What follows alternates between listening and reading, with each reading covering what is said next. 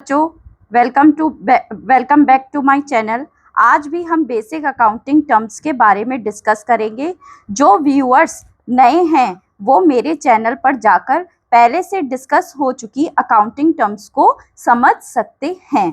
तो आइए जानते हैं नई अकाउंटिंग टर्म्स के बारे में, जो पहले से डिस्कस नहीं हुई हैं, अब उनको डिस्कस कर रहे हैं। सबसे पहले बात करते हैं लायबिलिटी की। किसकी बात कर रहे हैं? लायबिलिटी। अब लायबिलिटी के बारे में जानते हैं। It refers to the amount which the firm owes to outsider. क्या मेन चीज है? Owes to outsider.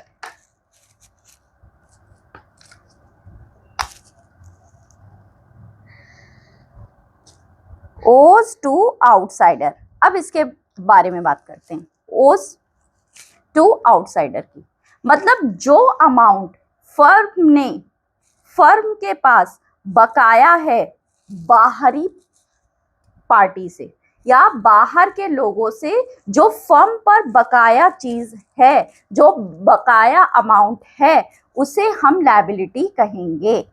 अब इसमें दे रखा है excepting the amount owed to proprietor. अब प्रोपराइटर भी तो बाहर की पार्टी है, लेकिन जब प्रोपराइटर अपने ही बिजनेस में पैसा लगा रहा है तो उसको लायबिलिटी नहीं, क्या बोलते हैं? कैपिटल बोलते हैं। और प्रोपराइटर के अलावा किसी और पार्टी ने, किसी पार्टी ने अगर फर्म को कुछ उधार दे रखा है, कुछ पैसा उधार दे रखा है, या फर्म का देने का जो बकाया अमाउंट है, वो क्या बोला जाएगा? लायबिलिटी बोली जाएगी। अब लायबिलिटी का कैलकुलेशन कैसे करते हैं? Liabilities is equal to assets minus capital. Okay, ये फॉर्मूला है। इसका जब क्वेश्चंस करते हैं तब यूज होता है, इसीलिए मैंने आपको ये पहले से ये फॉर्मूला बता दिया। ठीक है, अब इस फॉर्मूले का मतलब भी समझ लीजिए। Assets minus capital. Assets capital. अब देखो क्या होता है, जो भी आप कैपिटल लगाते हो उससे क्या खरीदते हो? फर्म के लिए एसेट्स ही तो खरीदते हो। ठीक है, अब कैपिटल क्या हुआ? जो ओनर ने दिया है पैसा।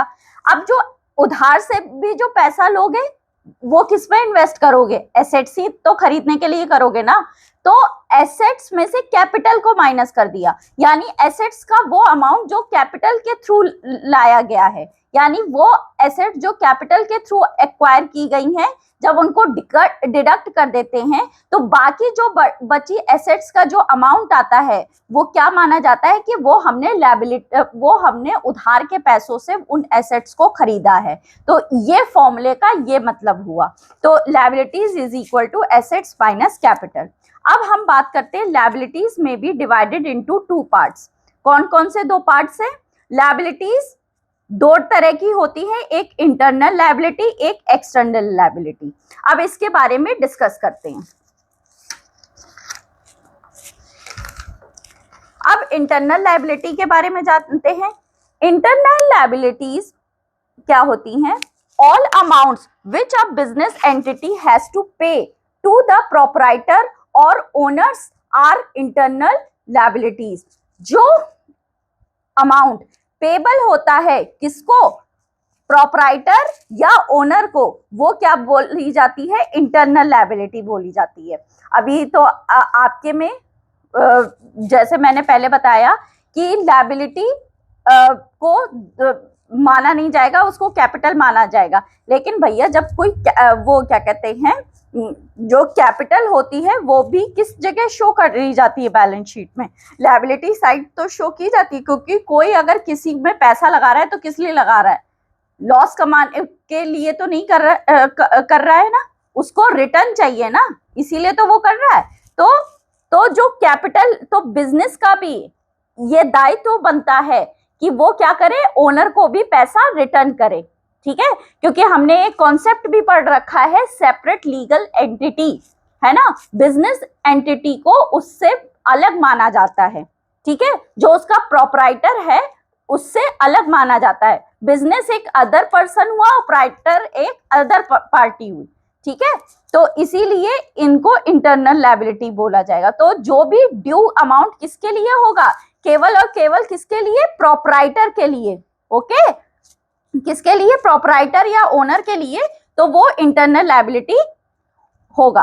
अब इसमें इंटरनल लायबिलिटी में क्या क्या एग्जांपल है, कैपिटल एंड एक्यूमुलेटेड प्रॉफिट्स। ठीक है, अब नेक्स्ट बात करते हैं external liabilities. All the amount which a business entity has to pay to outsider are known as external liabilities। ठीक है, जो कि अभी हम बात ही कर चुके हैं, जो भी जो ओनर ने पैसा लगाया है उसके अलावा जो भी पैसा जो आउटसाइडर पार्टी ने दिया है, अगर फर्म उनको देने के लिए पेबल है या उसका वो उसके लिए वो चीज बकाया है देने के लिए, तो ये क्या बोला जाएगा, एक्सटर्नल लायबिलिटीज बोला जाएगा। इसमें क्या क्या आते हैं, क्रेडिटर्स आ जाते हैं, बैंक ओवरड्राफ्ट आ जाता है, और जो लोन्स वगैरह हैं वो आ जाते हैं। ये सब आउटसाइडर पार्टी है, बैंक से लोन लेगा, बैंक ही तो ओवरड्राफ्ट देता है, बैंक लोन देता है, तो ये आउटसाइड पार्टी हुई ना, बिजनेस के बाहर की पार्टी। तो इसीलिए इनको क्रेडिटर्स क्या हुए, जो बाहर से जिनसे हम उधार सामान खरीदते हैं वो भी बाहर की पार्टी हुए, तो इसीलिए इनको एक्सटर्नल लायबिलिटीज में इंक्लूड किया जाएगा। ठीक है, और जो कैपिटल कौन लगाता है, प्रोपराइटर लगाता है, तो बिजनेस का भी दायित्व बनता है कि उसने जो पैसा लगाया है उस पे उसको रिटर्न दे। ठीक है, तो इसीलिए जो कैपिटल कौन लगाता है, ओनर लगाता है। तो ओनर ने जो भी पैसा लगाया है, जो भी बिजनेस को पे करना बाकी है, वो क्या बोली जाएगी, इंटरनल। और जो ओनर के अलावा जो आउटसाइड पार्टीज हुई, लाइक क्रेडिटर्स हैं, बैंक ओवरड्राफ्ट हैं, लोन्स हैं, जो बैंक वाले लोन वगैरह देते हैं, बैंक ओवरड्राफ्ट देते हैं, तो वो आउटसाइड पार्टी हुए, इसीलिए उनको एक्सटर्नल लायबिलिटीज बोला जाता है। इसी के साथ इसी चीज को मैंने एक फ्लो चार्ट में आपको दिखाया है, जिसको देख लीजिए आप लोग। Liabilities internal, external. इंटरनल में आपका आएगा कैपिटल एंड एक्यूमुलेटेड प्रॉफिट्स, और एक्सटर्नल में आ जाएगा creditors, bank overdraft and loans. Okay, तो ये आपको समझने के लिए और याद करने के लिए भी इजी रहेगा कि इंटरनल में क्या आता है और एक्सटर्नल में क्या आता है। इस फ्लो चार्ट से आप समझ सकते हैं। ठीक है, अब नेक्स्ट बात करते हैं कि लायबिलिटीज में be further classified into two parts as under. अब लायबिलिटीज के और भी पार्ट्स होते हैं, अब उनको भी डिस्कस कर लेते हैं। अब जानते हैं नेक्स्ट, लायबिलिटीज के दो अलग अलग पार्ट्स और होते हैं। एक तो इंटरनल, एक्सटर्नल हमने डिस्कस कर लिया। अब और पार्ट्स क्या क्या होते हैं इनको जान लेते हैं। सबसे पहला आता है नॉन करेंट लायबिलिटीज और करंट लायबिलिटीज। अब नॉन करेंट लायबिलिटीज क्या होती हैं, liabilities which fall due for payment after more than 1 year। मतलब 1 साल बाद उनको पे करना है, तब उनकी पेमेंट की ड्यू डेट होगी। Fall due for payment after more than 1 year, यानी 1 साल के बाद, यानी 1 साल से ज्यादा सालों के बाद जिनको हमें क्या करना है, पे करना है या पेमेंट के लिए ड्यू होंगी, उनको क्या बोलते हैं, नॉन करेंट लायबिलिटीज। इसके एग्जाम्पल होते हैं long term loans and debentures. Next बात करते हैं करंट लायबिलिटीज की। करंट लायबिलिटीज क्या होती हैं, करंट लायबिलिटीज की जब हम बात करते हैं तो current liabilities which are to be paid within 1 year, मतलब जिसको 1 साल के अंदर ही आपको पे करना है। Fall due for payment with in 1 year, मतलब 1 साल के अंदर ही आपको पे करना है, उसको करंट लायबिलिटीज बोलते हैं। और जिनको 1 साल से ज्यादा साल बाद जो है वो ड्यू होंगी पेमेंट के लिए, उनको नॉन करंट बोलेंगे। और जो 1 साल के अंदर जिनको पे करना होगा उनको करंट लायबिलिटीज बोलते हैं। ठीक है, इसके कुछ एग्जांपल्स है, creditors, bank overdraft, bills payable, outstanding expense. अब ये फ्लो चार्ट के थ्रू हमने आपको दिखाया है, ये आपको इजी रहेगा याद करने में भी और समझने में भी। इसके एग्जांपल्स भी आपको साथ ही साथ हमने दे रखे हैं, ताकि आप जो है इसको देख के ही इसको समझ सके कि क्या है ये चीज। ठीक है, नेक्स्ट अब हम बात करते हैं ड्राइंग्स की। अब ड्राइंग्स क्या होती है, पहली हमने पूरी टर्म डिस्कस कर ली लायबिलिटीज के ऊपर। अब हम नेक्स्ट बात करते हैं ड्राइंग्स की। ठीक है, ड्राइंग्स क्या होती है?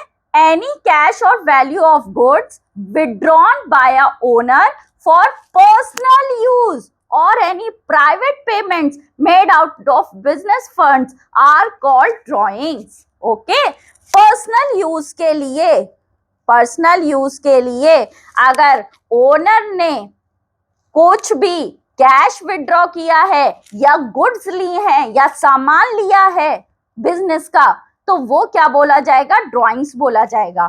कोई भी पर्सनल यूज के लिए या फिर प्राइवेट पेमेंट के लिए, ठीक है, प्राइवेट पेमेंट की गई हो बिजनेस के पैसे से, तो वो क्या बोली जाएंगी? ड्राइंग्स बोली जाएंगी। या तो पैसा निकाला हो या कुछ गुड्स ली हो, किसके लिए? पर्सनल यूज के लिए, तो वो ड्राइंग्स हो जाएंगी। इसके साथ ही बिजनेस के पैसे में से, बिजनेस के फंड में से अगर कोई भी पैसा किस लिए निकाला गया है? प्राइवेट यूज के लिए निकाला गया है, तो वो ड्राइंग कहा जाएगा। फॉर एग्जाम्पल, अगर हम इसको एग्जाम्पल से समझे कि अगर मिस्टर एक्स जो एक बिजनेसमैन है, उन्होंने अपने बिजनेस से अपनी वाइफ को नेकलेस गिफ्ट करने के लिए पेमेंट किया 1 लाख रुपए का, तो वो 1 लाख रुपए क्या माना जाएगा? ड्राइंग्स माना जाएगा। ठीक है, ये बिजनेस के लिए नहीं कर रहे हैं, वो उन्होंने अपने बिजनेस से पैसा निकाला है 1 लाख रुपए, तो वो 1 लाख रुपए उन्होंने बिजनेस के लिए तो नहीं लगाया ना, उन्होंने अपनी वाइफ को गिफ्ट देने के लिए किया है, तो ये 1 लाख रुपए क्या बोला जाएगा? ड्राइंग्स बोला जाएगा। ठीक है, clear? Now next is assets.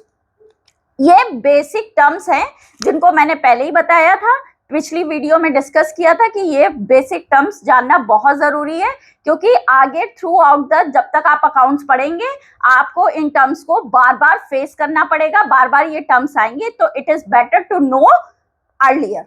ठीक है, नाउ अब हम बात करते हैं एसेट्स की।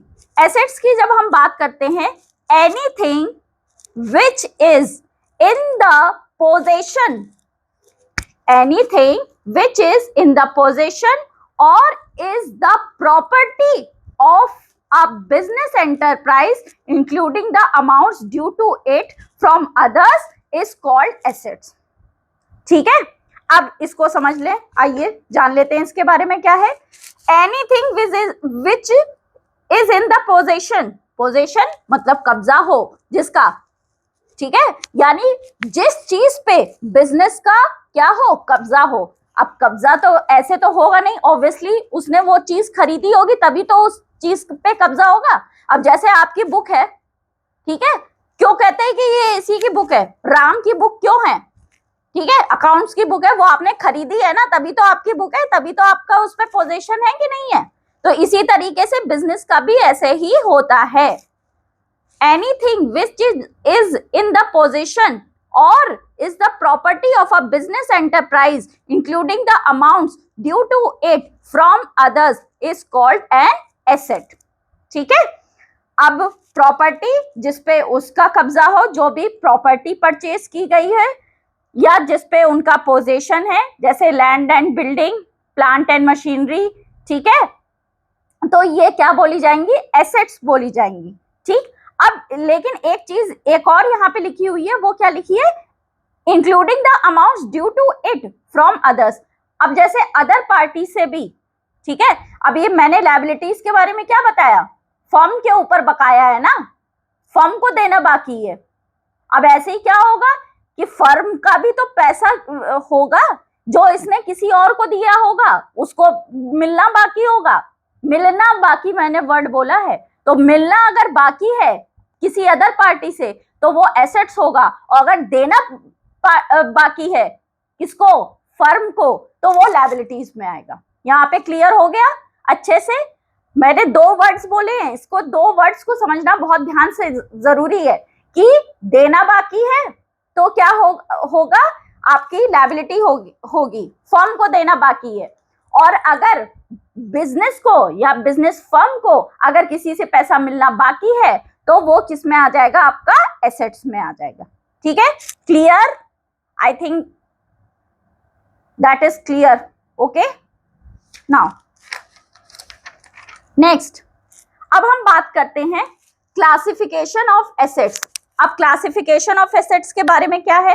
क्लासिफिकेशन ऑफ एसेट्स के बारे में हमारी ये चीज है कि एसेट्स भी दो तरीके की होती है, non current assets, current assets. Liabilities में भी हमने दो चीजें पढ़ी थी, non current liabilities, current liabilities. इसी तरीके से एसेट्स में हम क्या पढ़ रहे हैं?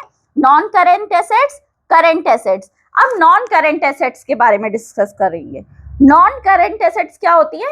It refers to those assets which are held for continued use in the business for the purpose of producing goods or services and are not meant for sale. Okay, अब इसकी बात करते हैं।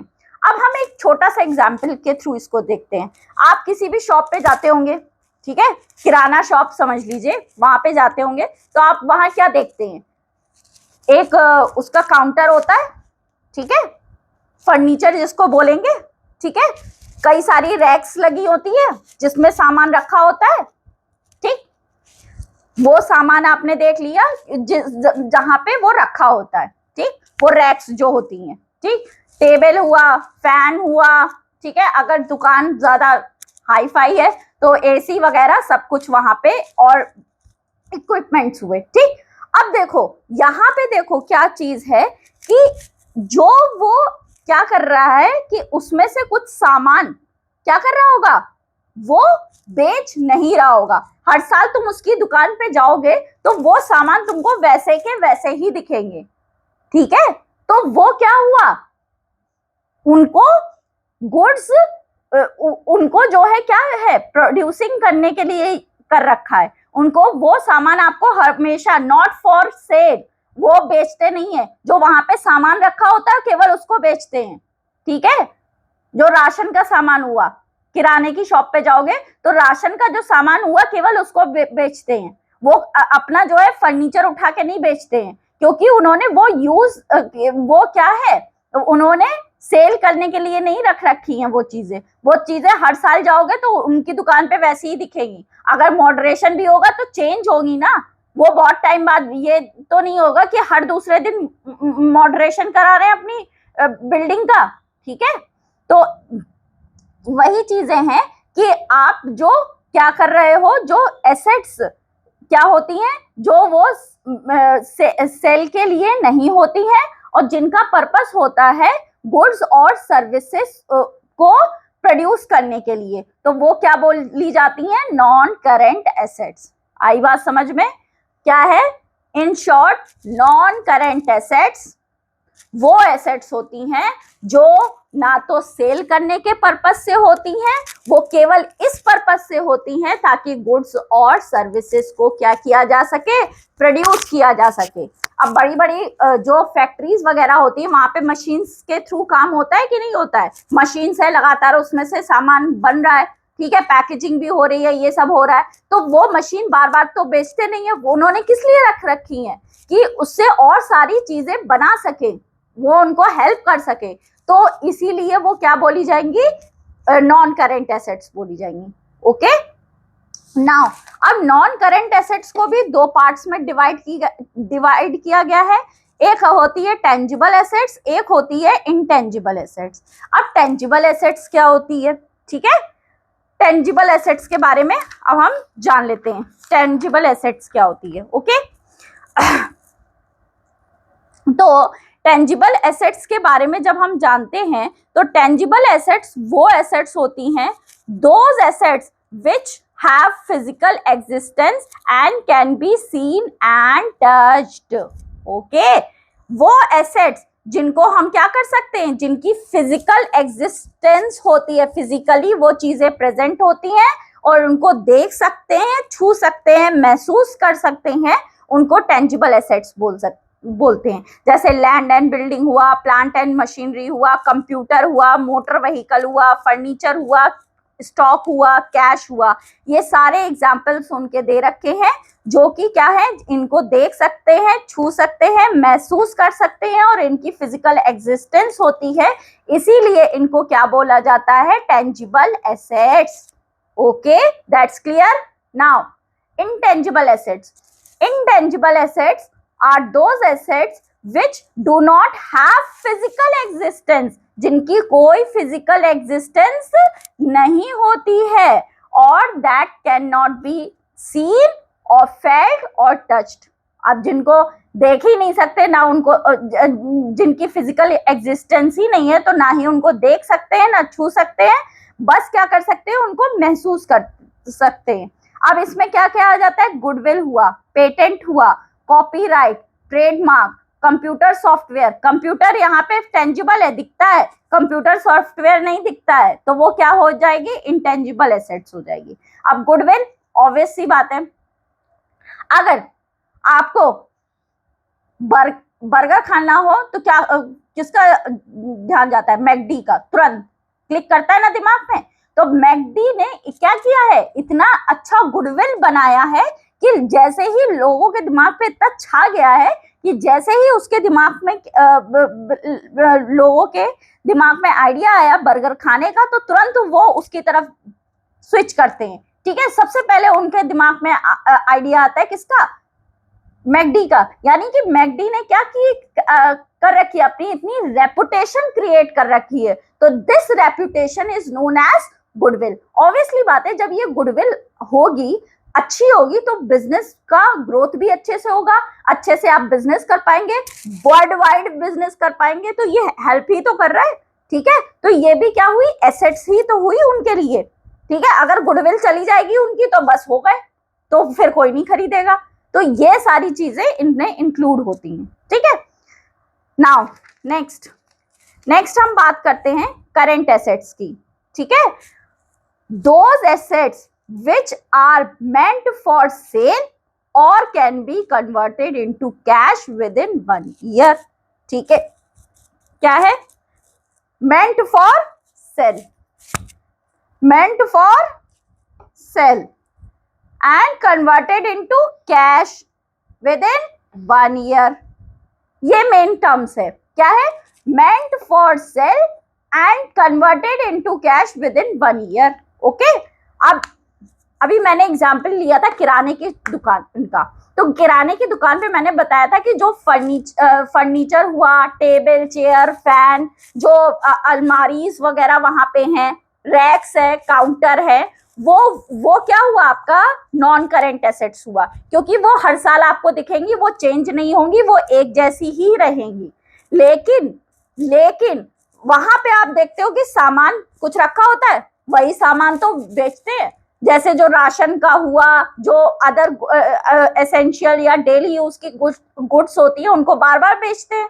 तो यानी कि जो क्या है, जो सेल के पर्पस से रखी गई है, और जिनको एक साल के अंदर वो किस में कन्वर्ट कर देते हैं? कैश में. कन्वर्ट कैसे करते हैं? सामान बेचो और तुरंत पैसा लो. ठीक है, तो इसीलिए इनको क्या बोलते हैं? करंट एसेट्स बोलते हैं. अब करंट एसेट्स के एग्जाम्पल क्या क्या है? Debtors, stock, bills receivable. क्या क्या है? Debtors, stock, bills receivable. अब एसेट्स को हमने शॉर्ट फॉर्म में यहाँ पे आपको समझाया एक फ्लो चार्ट से, जो कि हम डिस्कस कर चुके थे. अब उसी को फ्लो चार्ट से दिखा रहे हैं. वो क्या है? एसेट्स के 3 टाइप हुए.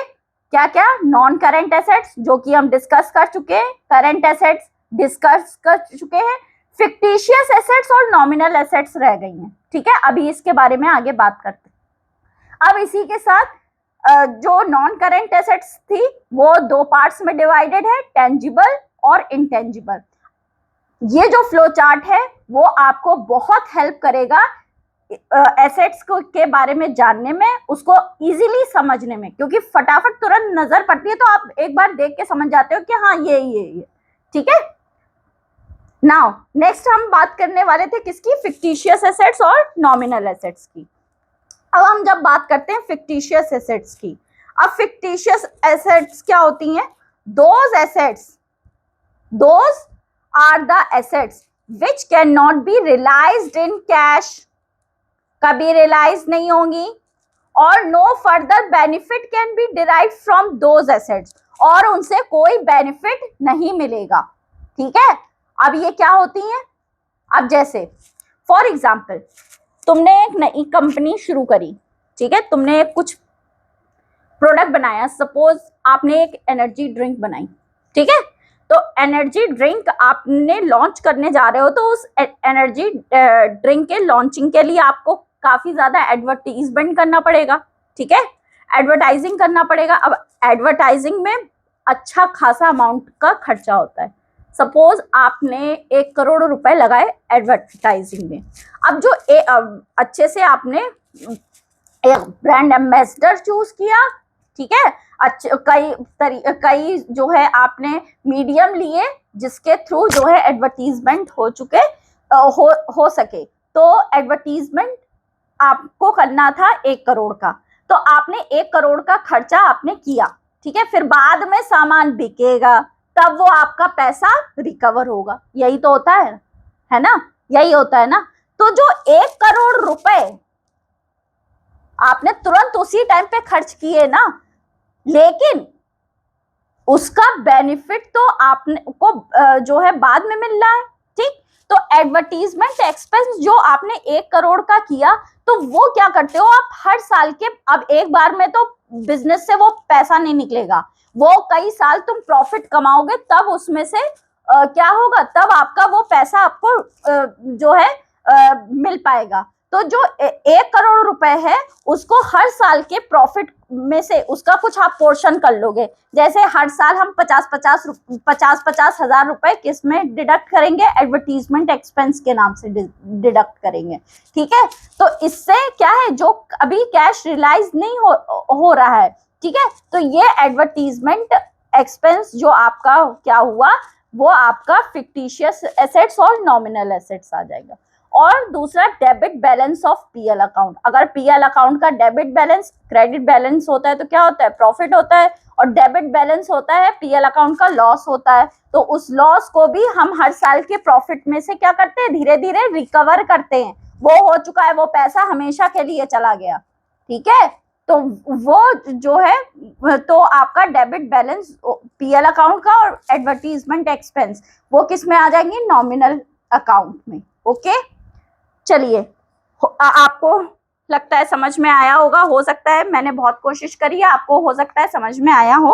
अगर आपको वीडियो अच्छी लगी हो और नॉलेजेबल लगी हो तो इस वीडियो को ज्यादा से ज्यादा लाइक शेयर करिए और चैनल को सब्सक्राइब करना और बेल आइकन को प्रेस करना ना भूलें। Thank you so much for watching this video.